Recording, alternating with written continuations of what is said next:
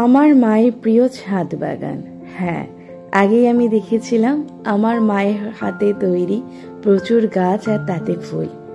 আমারও না এই ছাদ বাগান করার না খুব শখ ছিল, কিন্তু শরিক বাড়িতে বিয়ে হওয়ার জন্য ছাদ বাগান তো দূরের কথা, এক টুকরো বারান্দাও হয়তো চোখে কোনোদিন দেখিনি বা দেখবো কিনা তাই সন্দেহ।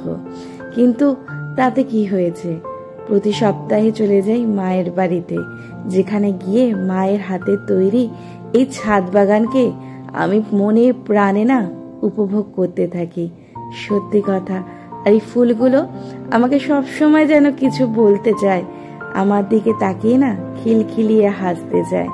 আসলে কি জানো, সমাজ থেকে তো হাসি জিনিসটাই চলে গেছে, তাই হয়তো আমরা না প্রকৃতির এই সরলতাটাকে না আমাদের কাছে একটা অন্যরকম উপলব্ধি। তাই কি, তোমরা কি বলো?